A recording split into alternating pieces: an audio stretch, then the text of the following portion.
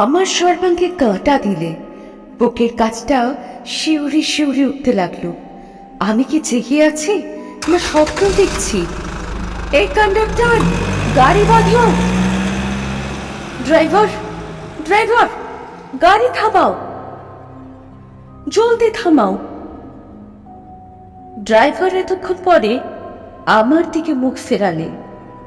সে মুখে এক তিলও মাংস নেই। সে মুখ সাদা ধবধবে হাড়ের মুখ। নাক চোখের জায়গায় তিনটে গর্ত, দু ঠোঁটের জায়গায় দুসারি দাঁত বেরিয়ে আছে।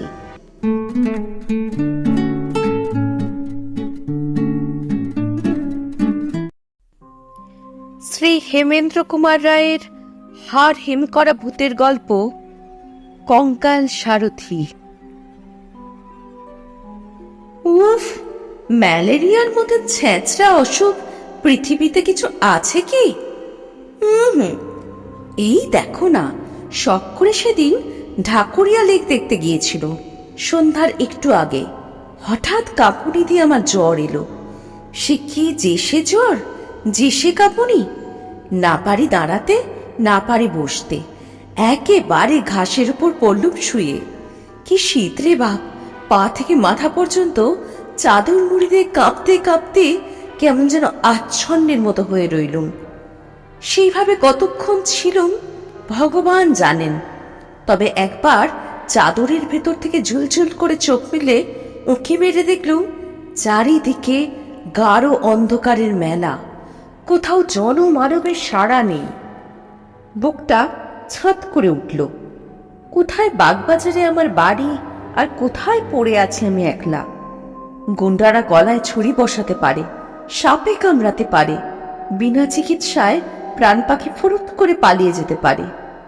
বাড়ির লোকে এতক্ষণে হয়তো ভেবেই সারা হচ্ছে, আর তো এখানে থাকা চলে না, যেমন করেই হোক আমাকে আজ বাড়ি যেতে হবে। অনেক কষ্টে উঠে দাঁড়ালো। গায়ের ভিতর দিয়ে তখনও যেন আগুনের ঝলক ছুটছে। চোখের সামনে দিয়ে যেন রাশি রাশি সর্ষে ফুল নাচতে নাচতে একবার আধার সাগরে ডুবে যাচ্ছে, আরেকবার ভেসে ভেসে উঠছে। প্রতিবার পা ফেলি আর মনে হয় এই বুঝি আমি দরাম করে পপাত ধরণীতলে হলুম। তবু থামলুম না, টলতে টলতে এগিয়ে চলেছি মাতালের মতো। রাত ঝাঁ ঝাঁ করছে। সেই রাত্রে আমি প্রথম বুঝতে পারলাম পৃথিবী কত বেশি স্তব্ধ হতে পারে। শহরের হট্টগোলে রাগ হয় বটে, কিন্তু এই স্তব্ধতাও সহ্য করা অসম্ভব। একটা ব্যাঙ কি একটা ঝিঝি পোকা কি একটা পাহারাওয়ালার নাক পর্যন্ত ডাকছে না। গাছের পাতায় বাতাসের একটু নিঃশ্বাস পর্যন্ত শোনা যাচ্ছে না।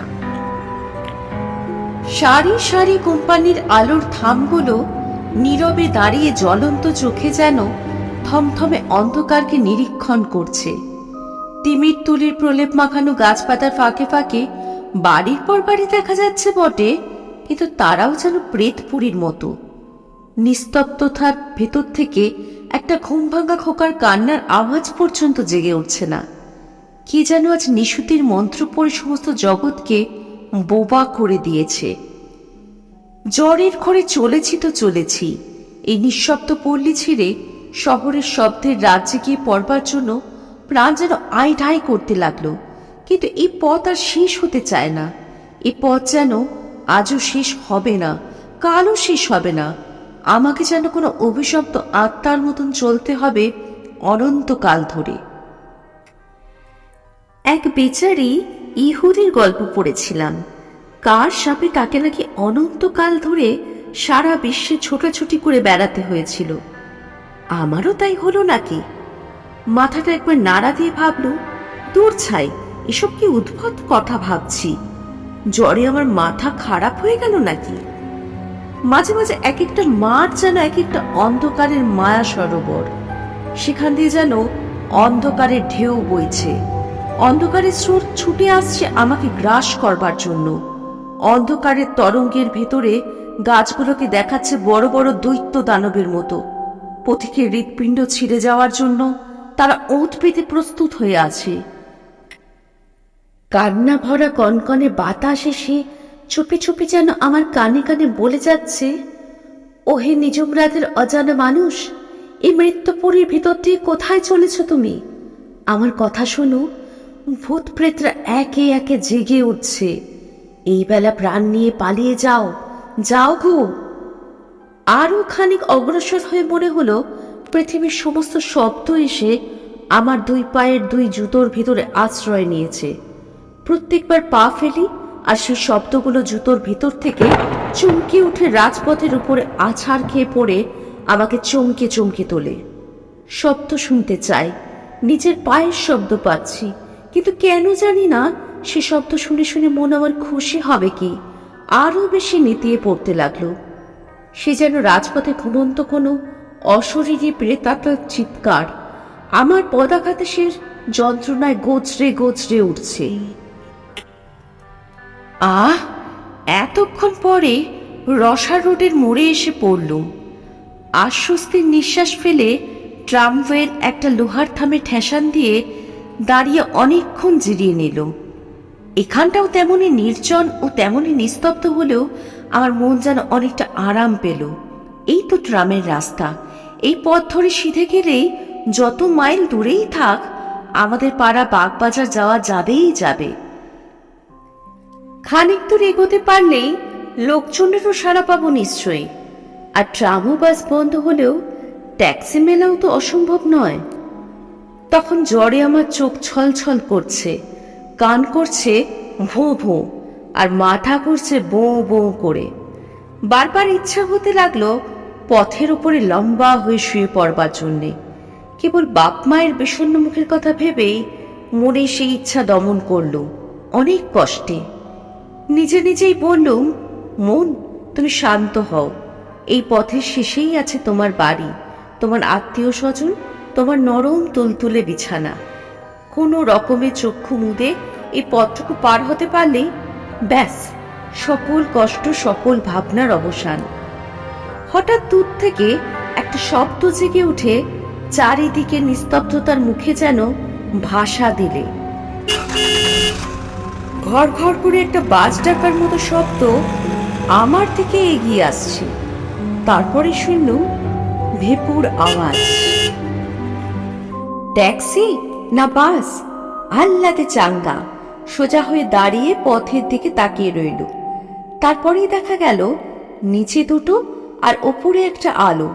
তিনটে আলো দেখেই বুঝলুম ট্যাক্সি নয়, বাস আসছে। তাহলে জ্বরের ধমকে আমি ভুল বুঝেছিলুম। বাস যখন চলছে তখন রাত খুব বেশি হয়নি। কিন্তু আশ্চর্য, এরই মধ্যে এই অঞ্চলটা এমন ভয়ানক নিস্তব্ধ হয়ে পড়ে। বাবা, আমার কলকাতার গোলমাল বেঁচে থাক, এই অঞ্চলে আবার ভদ্রলোক বাস করে। কিন্তু বাসের আলো অত বেশি জ্বলছে কেন?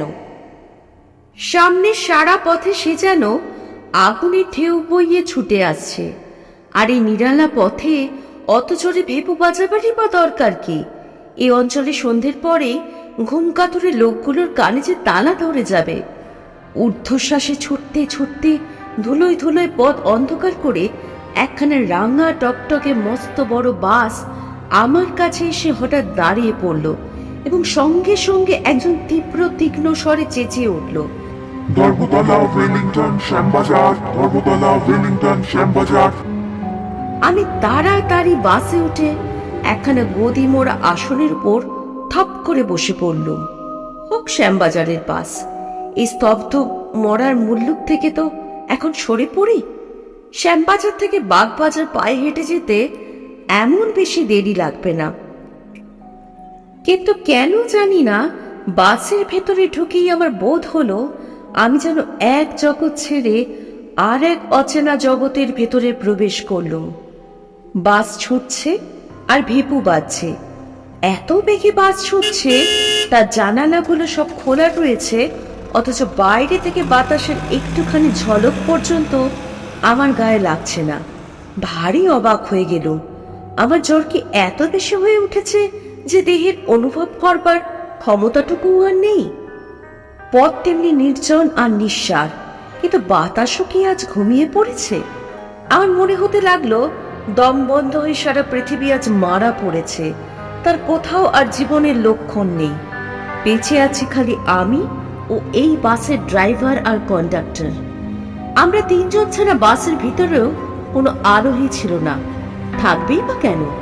এত রাতে কার ঘাড়ে ভূত চাপবে যে বাসে চড়ে বেড়াতে বেরোবে? বাসের ভেপু বাজছে আর বাজছে, কাজে ঝালাপালা হয়ে গেল। কন্ডাক্টরের দিকে ফিরে বিরক্ত স্বরে বলল, ড্রাইভারকে বারণ করে দাও, পথে লোকও নেই, গাড়িও নেই, তবু এত হর্ন বাজাচ্ছে কেন? লোকটা শিখ, মস্ত বড় লম্বা দেহ, মস্ত বড় দাড়ি, কালা আর বোবার মতো আমার পানে আড়ষ্ট চোখে তাকিয়ে রইল। আবার বলল, শুনছো, হর্ন দিতে বারণ করো। সে তবুও জবাব দিলেন না, ড্রাইভারকে হর্ন থামাতেও বললেন না। লোকটা সত্যি সত্যি কালা বা বোবা নাকি? কিন্তু তাই বা হবে কি করে? এই খানিক আগেই তো ধর্মতলা ওয়েলিংটন শ্যামবাজার বলে চেঁচিয়ে পারামাত করছিল। সে বোধহয় আমার কথার জবাব দিতে চায় না। এরা কি ভেবেছে যে এদের ভেপুর আওয়াজে সারা শহরের ঘুম ভেঙে যাবে, আর তাহলেই সবাই বিছানা থেকে লাফিয়ে পড়ে ছুটে এসে বাসের প্যাসেঞ্জার হয়ে বসবে? কিন্তু শহর চাকবার লক্ষণ প্রকাশ করল না। পথের আশেপাশে নেড়ি কুকুরগুলো আরাম করে কুণ্ডলি পাকিয়ে শুয়ে শুয়ে ঘুমোচ্ছিল, কিন্তু এই বাসের সাড়া পেয়েও তারা তাড়াতাড়ি উঠে লেজ পেটের তলায় ঢুকিয়ে ছুটে পালাতে লাগলো, মহা ভয়ে ঘেউ ঘেউ করে কাঁদতে কাঁদতে। আজকে বাইরের জীবের সাড়া পাওয়া যাচ্ছে কেবল ওই কুকুরগুলোর কাছ থেকে, কিন্তু তারাও দেখা দিয়েই অদৃশ্য হচ্ছে। কুকুরগুলো কেন আমাদের বাস দেখে পালাচ্ছে? মনের ভেতর কেবল এই প্রশ্নই জাগতে লাগলো, কেন কেন কেন?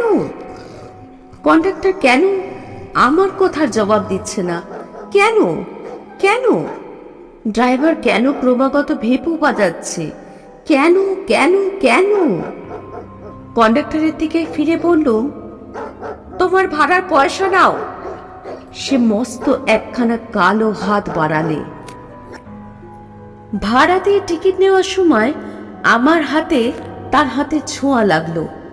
উফ, অমনি মনে হলো কি যেন একখানা তীক্ষ্ণ বরফের ছুরি দিয়ে আমার হাতে খ্যাচ করে খোঁচা মারলে। জ্যান্ত মানুষের হাত এমন ঠান্ডা কনকনে হয়?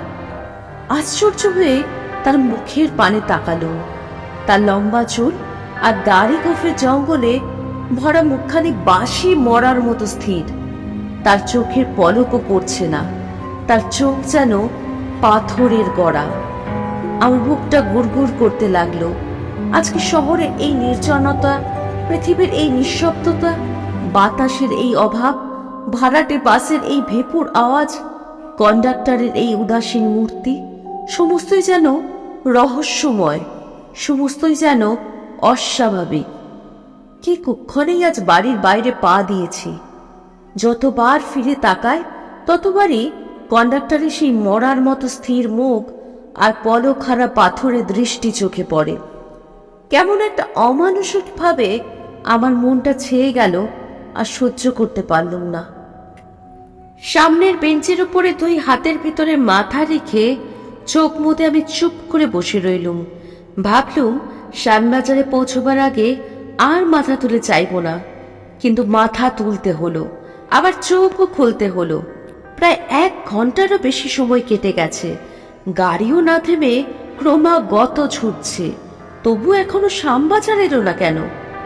মুখ তুলে জানলা দিয়ে মুখ বাড়িয়ে আমার আর বিস্ময়ের সীমা রইল না। শ্যামবাজার তো অনেক দূরের কথা, গাড়ি এখনো ভবানীপুরেই আসেনি, অথচ গাড়ি এত বেগে ছুটছে যে পথের দুপাশের বাড়িগুলো তীরের মতো পিছনে সরে সরে যাচ্ছে। এও কি সম্ভব? হতভম্বের মতো মুখ ফিরিয়ে দেখি গাড়ির ভিতর 10-12 জন লোক বসে রয়েছে। নিজের চোখকেও আমি আর বিশ্বাস করতে পারলুম না। আমি হলপ করে বলতে পারি এতক্ষণের ভিতরে গাড়ি একবারও থামেনি। তবু কোত্থেকে এরা এলো? কখন এরা গাড়িতে উঠল? একে একে সকলের মুখের পানেই তাকিয়ে দেখলুম, সব মুখই মরার মতন স্থির, নির্বিকার, সব চোখের পাথরের দৃষ্টি আড়ষ্ট হয়ে আছে। কে যেন শ্মশান থেকে কয়েকটা মৃতদেহ তুলে এনে বেঞ্চির উপরে সারি সারি বসিয়ে দিয়ে গেছে। তাদের ভেতরে বাঙালি আছে, খোট্টা আছে, সাহেব আছে, কিন্তু তারা সবাই চেয়ে আছে আমার দিকেই। সে চাউনিতে কোনো ভয়ের আমেজ নেই। সে চাউনি যেন চাউনি নয়, অথচ সে চাউনি দেখলেই গা ছমছম করে, দেহের রক্ত ঠান্ডা হয়ে যায়। তাদের চাউনি যেন চোখের ভিতর দিয়ে আসছে না, আসছে আলোকের ওপার থেকে, অন্ধকারের আত্মার ভেতর থেকে। যে দেশে জ্যান্ত মানুষ নেই সেই দেশ থেকে, ভাবহীন অথচ ভয়ানক তাদের সেই চাহনি। আরেক আশ্চর্য ব্যাপার এই যে গাড়ির ঝাঁকুনিতেও তাদের কারুর দেহ একটুও নড়ছে না। গাড়ির ভেতরে বসেও তাদের দেহ যেন গাড়িকে না ছুঁয়ে শূন্যে বিরাজ করছে। মনে হতে লাগলো আমার অজ্ঞাতসারে যেমন হঠাৎ তারা গাড়ির ভেতরে উড়ে এসে জুড়ে বসেছে, তেমনি হঠাৎ তারা আবার হাওয়া হয়ে হাওয়ার সঙ্গে মিলিয়ে যেতে পারে আমার অজান্তেই। যেন তারা ছায়ার কায়াহীন অনুচর, দেখা দেয় ধরা দেয় না। আমার সভয় দৃষ্টি আবার পথের দিকে ফিরিয়ে দিল। গাড়ির তেমনি হিচকি তোলা আওয়াজের মতন ভেপুর শব্দ করতে করতে তীর বেগে ছুটছে, কিন্তু তখনও ভবানীপুর আসেনি। আমি শ্যামবাজারে না সোজা জমালয়ের দিকে চলেছি, কি এক দুঃসহ অজানা টানে অস্থির হয়ে চোখ আবার গাড়ির ভেতরে ফেরালো। গাড়িতে ইতিমধ্যে লোকের সংখ্যা আরো বেড়ে উঠেছে। নতুন লোকগুলো স্থির নেত্রে আমার দিকেই তাকিয়ে আছে। সমস্ত গাড়ির ভেতরে একটা বুটকা গন্ধ ভেসে ভেসে বেড়াচ্ছে, যেন বাসি মরার গন্ধ। হাসপাতালে মরার ঘরে গিয়ে আমি একবার এই রকম গন্ধই পেয়েছিলাম। আমার সর্বাঙ্গে কাঁটা দিলে বুকের কাছটা শিউরে শিউরে উঠতে লাগলো। আমি কি জেগে আছি না স্বপ্ন দেখছি? আর থাকতে না পেরে হঠাৎ চেঁচিয়ে উঠে বললুম, এই কন্ডাক্টর, গাড়ি বাঁধো। কন্ডাক্টর কোনো সাড়া দিলে না, গাড়ি থামাবারও চেষ্টা করলে না। আবার বললুম, কিন্তু ফল হলো না। রেগে দাঁড়িয়ে উঠে কন্ডাক্টরের দেহ ধরে আমি নাড়া দিতে গেলুম, কিন্তু তাকে ছুঁতে পারলুম না। চোখের সামনে তাকে স্পষ্ট দেখতে পাচ্ছি, কিন্তু তাকে স্পর্শ করতে পারছি না। সে যেন হাওয়া দিয়ে তৈরি। হঠাৎ গাড়ির সব লোক একসঙ্গে অট্টহাস্য শুরু করে দিলে। সে অদ্ভুত বিভৎস হাসি আসছে যেন অনেক দূর থেকে, অনেক আকাশ বাতাস ভেদ করে, অনেক সমুদ্র পাহাড় প্রান্তর পার হয়ে, অনেক নরকের অন্ধকারে ডুব দিয়ে, অথচ তার আওয়াজ এত স্পষ্ট যে আমার কান যেন ফেটে যাওয়ার মতো হলো। আমি পাগলের মতো চিৎকার করে বললুম, গাড়ি থামাও, জলদি থামাও, এই ড্রাইভার। গাড়ি থামানো ঘন্টার দড়ি ধরে আমি ঘন ঘন নাড়তে লাগলুম। ড্রাইভার এতক্ষণ পরে আমার দিকে মুখ ফেরালে। সে মুখে এক তিলও মাংস নেই। সে মুখ সাদা ধবধবে হাড়ের মুখ। নাক চোখের জায়গায় তিনটে গর্ত, দু ঠোঁটের জায়গায় দুসারি দাঁত বেরিয়ে আছে। এতক্ষণ তবে এই পোশাক পরা কঙ্কালটায় গাড়ি চালিয়ে আসছে। গাড়ির ভেতর অট্টহাসির আওয়াজ আরো বেড়ে উঠল। আর সইতে পারলুম না। সে ভীষণ অট্টহাসি শুনতে শুনতে আমি একেবারে অজ্ঞান হয়ে গেলুম। জ্ঞান হয়ে দেখলুম নিজের ঘরের বিছানায় শুয়ে আছি। আমার চারপাশে বসে মা, বাবা, ভাই আর বোনেরা। শুনলুম আমি নাকি রসার রোডের ফুটপাতের ওপরে জ্বরের ঘরে বেহুশ হয়ে শুয়েছিলাম। কালকের রাতের বিভীষিকার কথা সকলকে বললুম। বাবা বললেন, ওসব বাজে কথা। জ্বরের ঝুঁকে লেকের ধার থেকে রসার রোড পর্যন্ত এসে তুমি বেহুশ হয়ে পড়েছিলে, তারপর ওইসব খেয়াল দেখেছ। কিন্তু আমার মন বলতে লাগলো, না না, আমি যা দেখেছি তা খেয়াল নয়, তা কিছুতেই খেয়াল হতে পারে না।